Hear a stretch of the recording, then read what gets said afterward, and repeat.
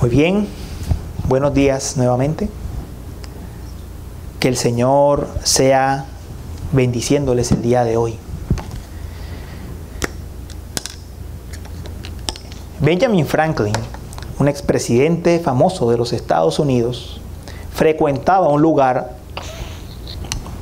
que se llamaba el Club de los Infieles, mientras servía como embajador en Francia. Y ese club se caracterizaba porque abordaban cualquier libro para criticarlo. Pero en especial tenían cierto recelo, cierto rechazo a la Biblia. Y de todas las formas posibles criticaban la Escritura. Bueno, Benjamin Franklin un día tomó una pequeña novela, le llevó una novela impresa para que la leyeran. Las personas del club quedaron sorprendidas por la belleza de esta novela y le preguntaron, bueno, ¿de dónde sacaste esa novela? Él les dijo, es la Santa Biblia, es el libro de Ruth. Esta historia la cuento a propósito porque en nuestra Biblia, en la Biblia que el Señor le ha dado a su pueblo, hay mucha diversidad de géneros literarios, como lo hemos estudiado.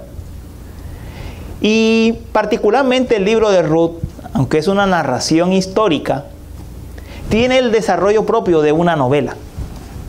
Tiene momentos inesperados, la historia toma giros y nos lleva a un final que no es el final que precisamente nosotros nos esperaríamos.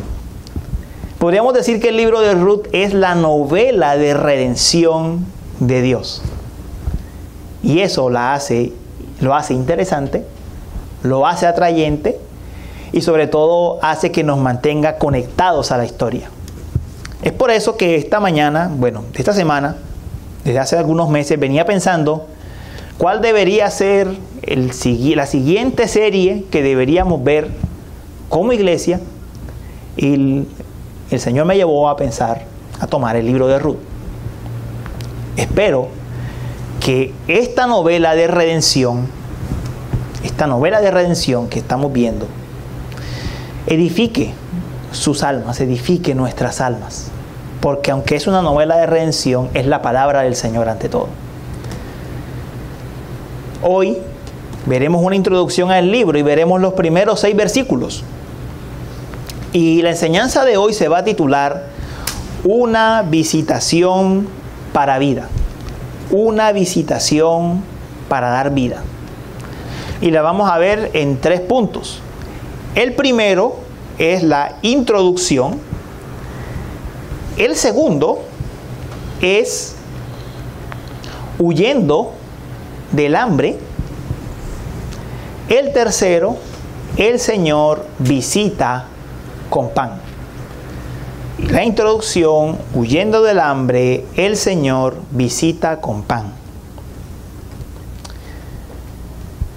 Vamos a ver primero la introducción, algunos detalles del libro de Ruth, que nos van a ayudar a ubicar bien el libro y a entenderlo. El autor de Ruth es el profeta Samuel. Samuel escribió el libro de Jueces. Ustedes conocen ese libro de Jueces, por el que no nos gusta pasar mucho. Cuentan las historias bastante fuertes, pero sobre todo cuenta ese tiempo de rebeldía de Israel contra Dios. Samuel también escribió parte de la que llamamos Primera de Samuel. Él no lo escribió todo. Cuenta parte de lo que llamamos Primera de Samuel. Y escribió Ruth. Así que Samuel abarca entre estos 3 libros un largo periodo de la historia de Israel. Desde el tiempo en que muere Josué, pasando por toda la era oscura de los jueces, hasta llevarnos al tiempo de la monarquía de David. Samuel recorre todo ese recorrido. Y todo ese recorrido que Samuel hace tiene un propósito. Es mostrarnos que Dios lleva de las tinieblas a la luz. Que Dios toma a su pueblo del polvo para llevarlo a la redención, para redimirlo. Y Ruth está en la mitad de Jueces y de Primera de Samuel. Ahora, Samuel es muy claro en el libro de Ruth que él escribió el libro, o bueno, la historia de Ruth ocurre aún cuando los jueces gobernaban Israel.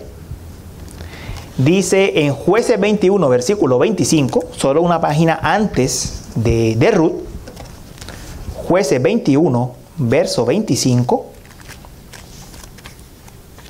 ahí se nos describe cómo era ese tiempo.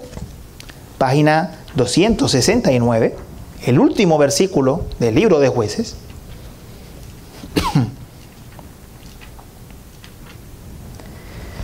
En esos días no había rey en Israel. Cada uno hacía lo que le parecía bien ante sus propios ojos. Ese es el diagnóstico final de Jueces. Es decir, si ustedes han escuchado las historias de Jueces o han leído el libro, ¿cuál es el diagnóstico que Dios hace de por qué ocurrió todo lo que ocurrió? Porque no había rey en Israel y cada quien hacía lo que le parecía. Ahora, no solo un rey. No había el rey que Dios iba a darle a su pueblo.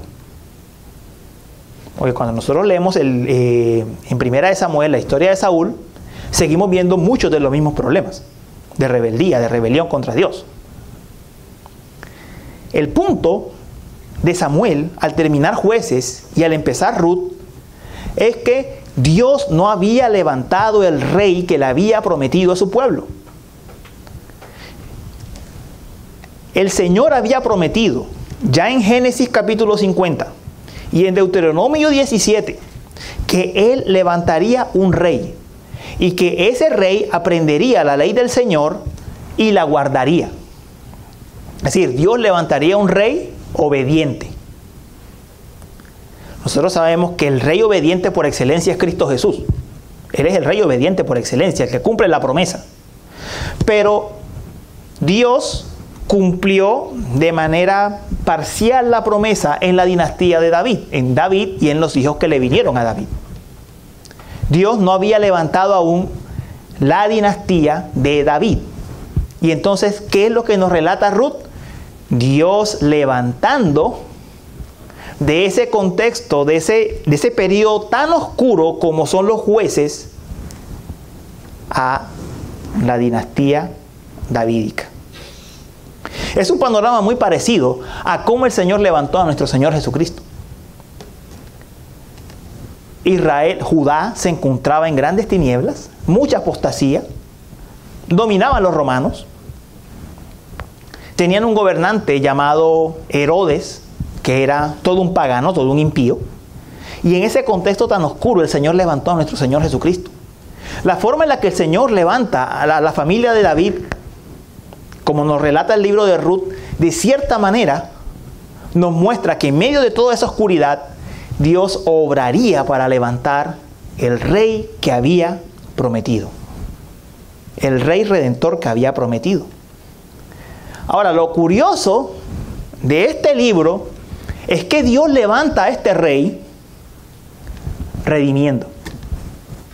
Eso es lo llamativo. Dios levanta al rey redimiendo la vida de otros. Dios redime a Noemí, Dios redime a Ruth, incluso de cierta manera redime al mismo Booz. Por medio de la redención que Dios va obrando en el libro, en esta novela, Dios levanta su redentor. Eso es lo que hace el libro tan interesante. Porque vemos al Señor todo el tiempo redimiendo. Todo el tiempo redimiendo. Habiendo visto esta pequeña introducción al libro, ahora quiero que veamos el siguiente punto. Huyendo del hambre. El relato empieza diciéndonos: aconteció que en los días en que gobernaban los jueces en Israel, hubo hambre en el país. Y un hombre de Belén de Judá fue a residir en los campos de Moab con su mujer y sus 2 hijos. Nos muestra el pasaje que un hombre, conocemos que se llama Elimelech, sale de Belén para ir a vivir en Moab. sale de Belén para ir a vivir en Moab. Entonces, es importante conocer los dos lugares para entender lo que está pasando en el libro. Belén de Judá, nosotros ya conocemos la historia por adelantado.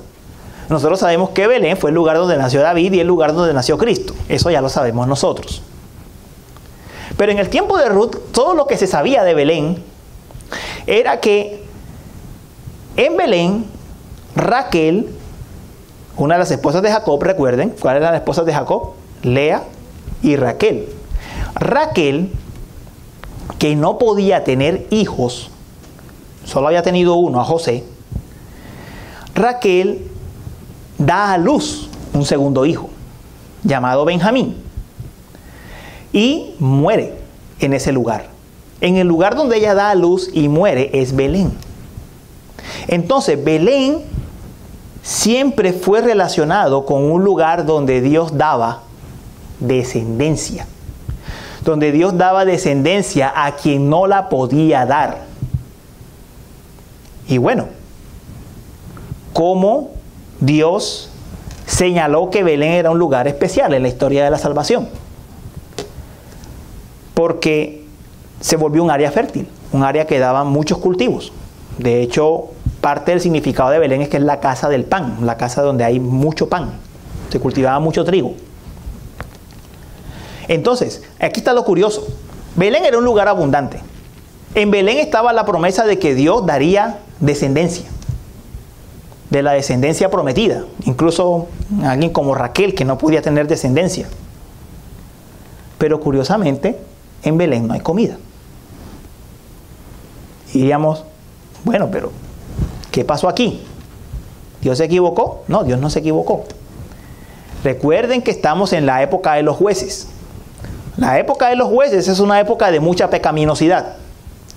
Dios había dicho en su palabra, en los términos de su pacto, que si Israel como pueblo desobedecía, entonces Él no enviaría lluvia desde los cielos y habría escasez. Lo que está ocurriendo en Belén y en todo Israel en ese momento es la disciplina de Dios sobre ellos.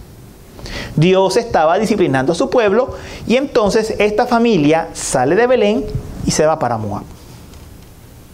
Ahora, aclaro algo, cuando Dios disciplinaba en el Antiguo Testamento, cuando disciplinaba a todo el pueblo, no lo hacía porque el pueblo de alguna manera perdiese la salvación o algo así. Lo hacía como un modo de traerlo de nuevo a la obediencia. Tengamos eso presente. Era para traer al pueblo nuevamente a la obediencia. Ahora, ellos estaban en Belén y se fueron a Moab. Moab, un país extranjero, una nación pagana, es el lugar que ellos escogen para habitar. Ustedes me preguntarán, aquí todos somos migrantes de nuestros diferentes países. Bueno, ¿y migrar es bueno o es malo? En el caso particular de ellos era malo. ¿Por qué? ¿Dónde había colocado Dios su tabernáculo? En Israel. ¿Dónde había establecido Dios el sacerdocio? En Israel.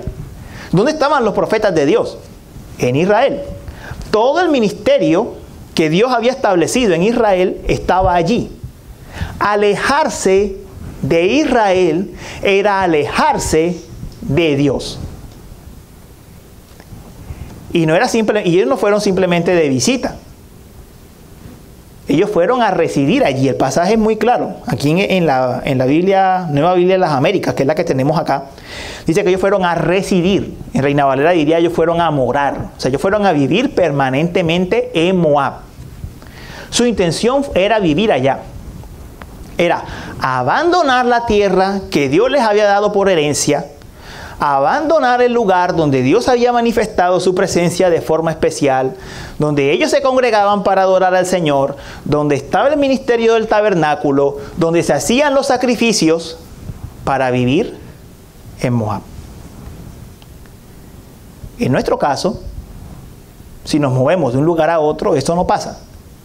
Porque nuestro acceso a Dios es por medio de Cristo Jesús, por la obra del Espíritu Santo. Si nosotros vivimos aquí o allá, después de que haya una buena iglesia, después de que no haya algo que obstaculice nuestra vida espiritual, no hay problema.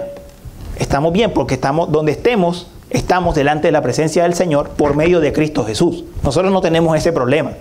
Eso sí era un problema para Noemí, Elimelec y su familia. Ahora, ¿quiénes eran los moabitas? Los moabitas habían descendido de Lot y de una de sus hijas.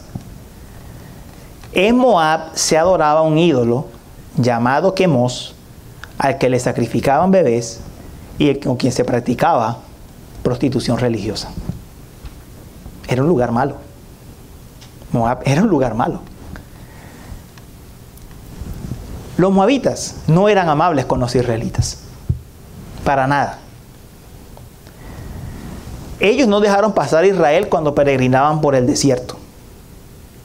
Por ejemplo, ellos le pagaron a Balaam, si se acuerdan de esa historia. Ellos fueron los que le pagaron a Balaam para que maldijera a Israel. Y ellos fueron los que entregaron a las moabitas para que se prostituyeran con los israelitas. Los moabitas no tenían buen concepto de Israel, los odiaban.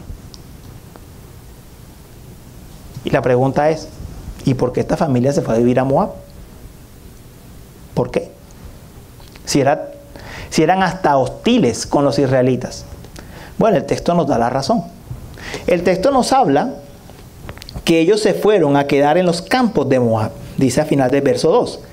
Y llegaron a los campos de Moab y allí se quedaron.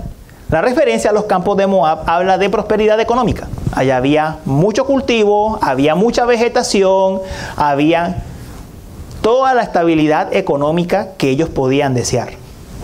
Básicamente dejaban Belén para vivir en Moab por dinero, economía. Esa es la razón.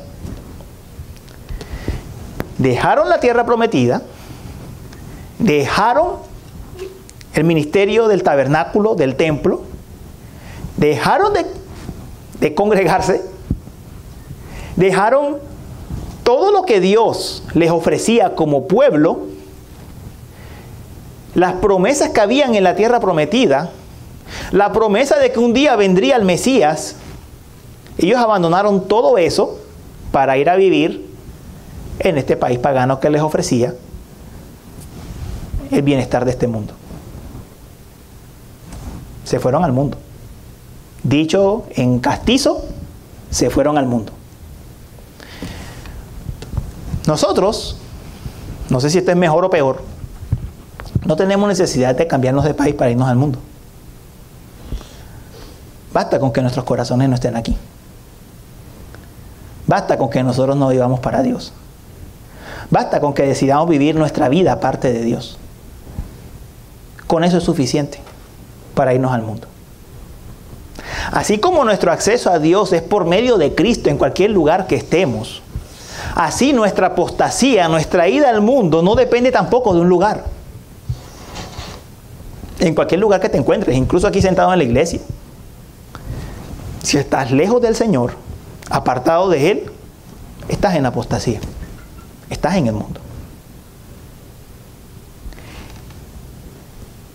Entonces, Noemí, el Señor empieza a obrar en esta familia. Y empieza a obrar de una manera bastante fuerte. Miren aquí que el pasaje dice que ellos estuvieron 10 años en Moab. 10 años. Eso es mucho tiempo.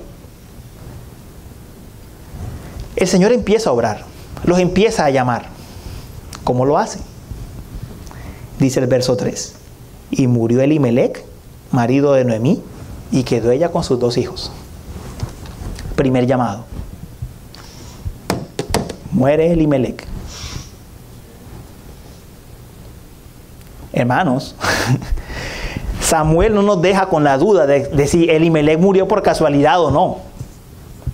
Porque en el pasaje dice que Noemí quedó. Y el término que se utiliza allí para decir quedó es el que se refiere al de una persona que sobrevive al juicio de Dios. O sea, lo que está diciendo es que la muerte de Elimelec fue juicio de Dios. Eso es lo que está diciendo. Y que Noemí y sus 2 hijos sobrevivieron al juicio.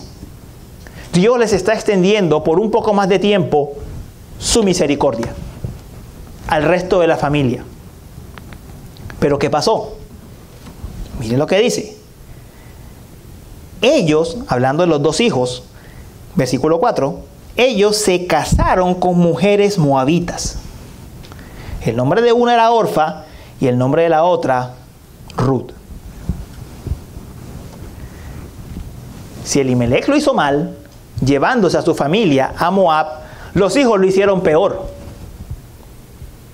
Porque no solamente vivían en Moab, se casaron con moabitas, con mujeres paganas. Fue muchísimo peor la maldad de ellos que la de su propio padre. Y vuelve entonces el Señor a llamar a esta familia. ¿Qué sucedió? Verso 5. Murieron también los 2, Malón y Kelión, y la mujer quedó privada de sus 2 hijos y de su marido. Ese quedó que aparece allí es exactamente el mismo que aparece arriba. Noemí sobrevivió al juicio. Quedaron solamente Malón y Kelión murieron. Noemí sobrevivió, pero quedó en una situación bastante vulnerable. Quedó sin esposo y sin hijos. En aquel tiempo, si no había un hombre en la familia, la cosa era bien difícil. Si la mujer quedaba viuda, quedaba completamente desposeída. De hecho, las mujeres solo tenían 2 alternativas. O se casaban con un hermano del que murió, lo que se llamaba el levirato, o un hijo asumía la carga. Bueno, Noemí es anciana. Lo vemos más adelante en el libro de Ruth. Noemí es anciana. La posibilidad de casarse no está. Y no tiene más hijos que se hagan cargo de ella. Esta mujer está sola. Pero el pasaje nos dice que sobrevivió al juicio. Está sola, pero ha sobrevivido al juicio de Dios. 10 años. Hermanos, hay que hacer la pregunta, a modo de aplicación. ¿Cuánto tiempo lleva el Señor tratando con nosotros? Pueden ser días, pueden ser meses, puede ser años también. ¿Cuánto tiempo lleva el Señor tratando con nosotros? No necesariamente con muerte, pero con dificultades en la vida, dificultades económicas, problemas a nuestro alrededor. ¿Cuánto tiempo lleva el Señor tratando con nosotros? Extendiéndonos su misericordia, teniendo paciencia con nosotros. Noemí quedaba insegura, sin esposa ni hijos, pero sobreviviendo al juicio. Y en esa situación de soledad, de indefensión, está indefensa, no puede hacer nada por ella misma. Ahí el Señor obró. Vamos a ver el siguiente punto. El Señor visita con pan. Dice el verso 6. Entonces se levantó con sus nueras para regresar de la tierra de Moab, porque ella había oído en la tierra de Moab que el Señor había visitado a su pueblo dándole alimento. Literalmente, dándole pan. Es lo que dice literalmente. Ella escuchó que el Señor visitó a su pueblo dándole pan. Noemí está en Moab.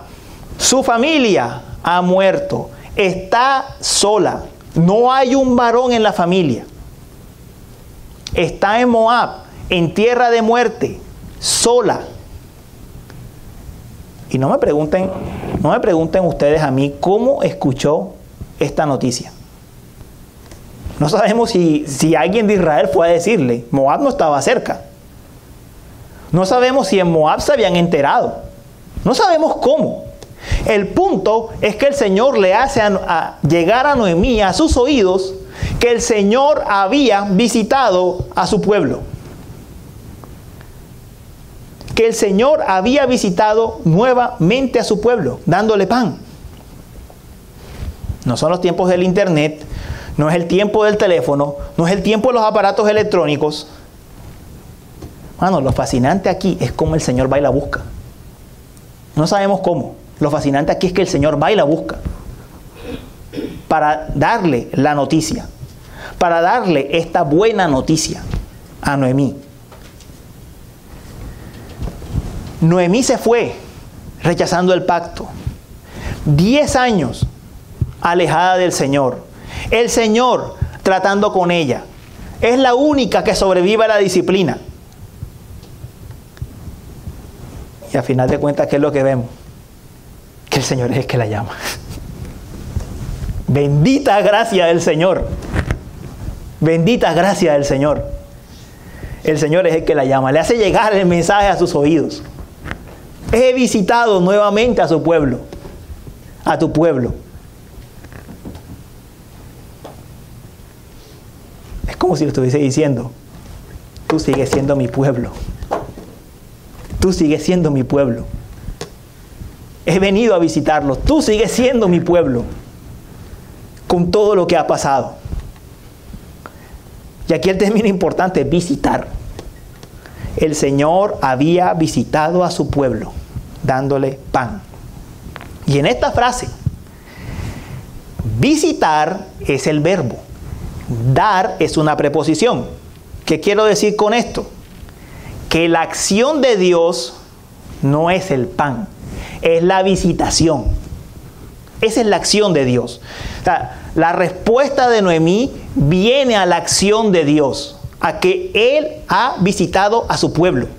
El pan es una señal. El punto es lo que es la visitación aquí. ¿Y qué es la visitación en las Escrituras? En las Escrituras, cuando el Señor visita a su pueblo, cuando visita en general, hace referencia a que Él, como soberano de todo, como el que gobierna todas las cosas, está obrando de una manera especial en una situación para traer juicio o para traer misericordia. En este caso es una visitación de misericordia. El Señor está obrando para hacer misericordia. ¿Dónde encontramos ejemplos de eso? Por ejemplo, en Génesis 21 se dice que el Señor visitó a Sara cuando ella pudo concebir a Isaac. En Éxodo 3, verso 6, dice que el Señor visitó a Israel en Egipto cuando levantó a Moisés como líder.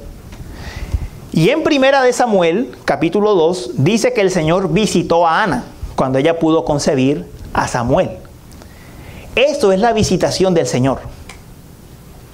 Cuando el Señor va a obrar en una situación, en una circunstancia, para hacer juicio o para hacer misericordia. ¿Qué es lo que está haciendo el Señor aquí? El pan es apenas la señal de lo que el Señor va a hacer.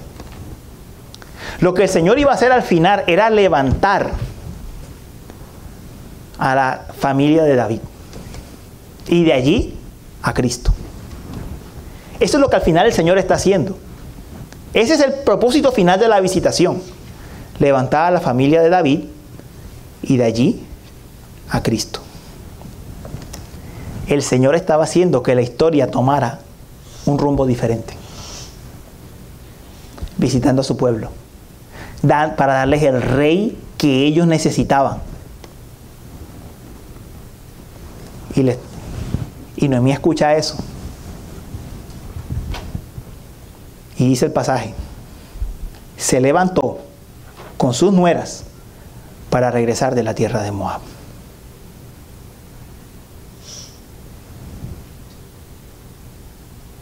Noemí se levantó, pero porque Dios la levantó. Dios la levantó con su palabra, con la noticia de que Él estaba visitando a su pueblo, de que Él estaba obrando en medio de esa situación oscura. Dios fue el que la levantó.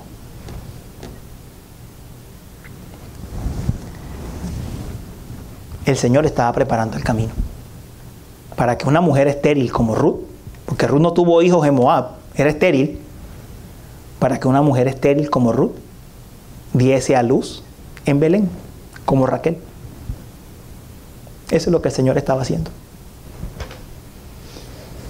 Nosotros, mis hermanos, también hemos sido visitados en este tiempo. Como leíamos en Zacarías, en Lucas capítulo 1, versos 68 y 69. Nosotros hemos sido visitados en Cristo Jesús. Recuerden las palabras de Zacarías que leímos. Bendito el Señor, Dios de Israel, que ha visitado y redimido a su pueblo y nos levantó un poderoso Salvador en la casa de David, su siervo. La pregunta no es si el Señor nos visita o no nos visita. La pregunta es que, el asunto es que Él ya nos visitó en Cristo Jesús. Al darnos a Cristo, por el hecho de que Cristo vino a vivir como nuestro sustituto y muriendo en la cruz en nuestro lugar, Dios nos ha visitado como pueblo suyo, tal como visitó a Israel en aquel momento. Y si para Israel el pan era una señal, para nosotros el pan es una realidad, porque Cristo es el pan de vida. Dice la Escritura que el que cree en Cristo tiene vida eterna, porque Él es el pan de vida. Él es el pan que da vida. Dios visitó a Israel, le dio el pan como señal, pero un pan que perecía. Un pan que se iba a acabar. Pero Dios nos ha visitado en Cristo Jesús y ha entregado, Él se ha entregado a sí mismo como pan de vida para nosotros. Él es el pan vivo que ha descendido del cielo. Y todo aquel que cree en Él, y todo aquel que come de su carne y bebe su sangre, es decir, todo aquel que cree en Él, tiene vida eterna. Tiene vida eterna.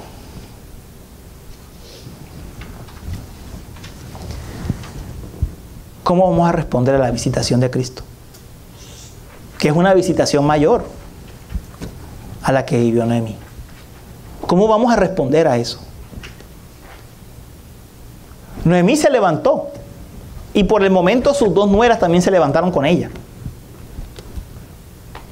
¿Cómo vamos a responder a la noticia de que Cristo, Jesús, es la visitación de Dios para nosotros? Que Cristo Jesús es quien viene definitivamente a levantarnos del polvo, de nuestra condición de miseria espiritual, de nuestra condición de muerte, de nuestra desesperanza, porque así estaba Noemí, en desesperanza, completamente sola, abatida, separada de Dios. ¿Cómo vamos a responder a la visitación de Dios en Cristo Jesús? Es la pregunta. Pasaron 10 años. 10 años para Noemí. Pero pasaron los 10 años y el Señor la levantó para que fuera ella. Nunca es tarde. Nunca es tarde para responder. Nunca es tarde para ir a Cristo. Nunca es tarde para responder a la visitación de Dios. Nunca es tarde para comer del pan de vida. Nunca es tarde para ir a Cristo. Y quiero que observen quiénes van con Noemí para terminar. 2 moabitas van con ella. Por ahora 2. En la siguiente enseñanza veremos qué pasó. 2 moabitas van con ella. ¿Recuerdan quiénes eran las moabitas, cierto? Enemigas de Israel y de Dios. Sacrificaban a sus bebés. Practicaban la prostitución religiosa. Ahí van estas 2 mujeres con Noemí, porque han escuchado que el Señor ha visitado a su pueblo. No importa quién seas. No importa quién seas. Si has escuchado la noticia de que Dios está reconciliando al mundo consigo por medio de Cristo, te puedes levantar e ir a Él. Vamos a orar. Señor y Dios nuestro,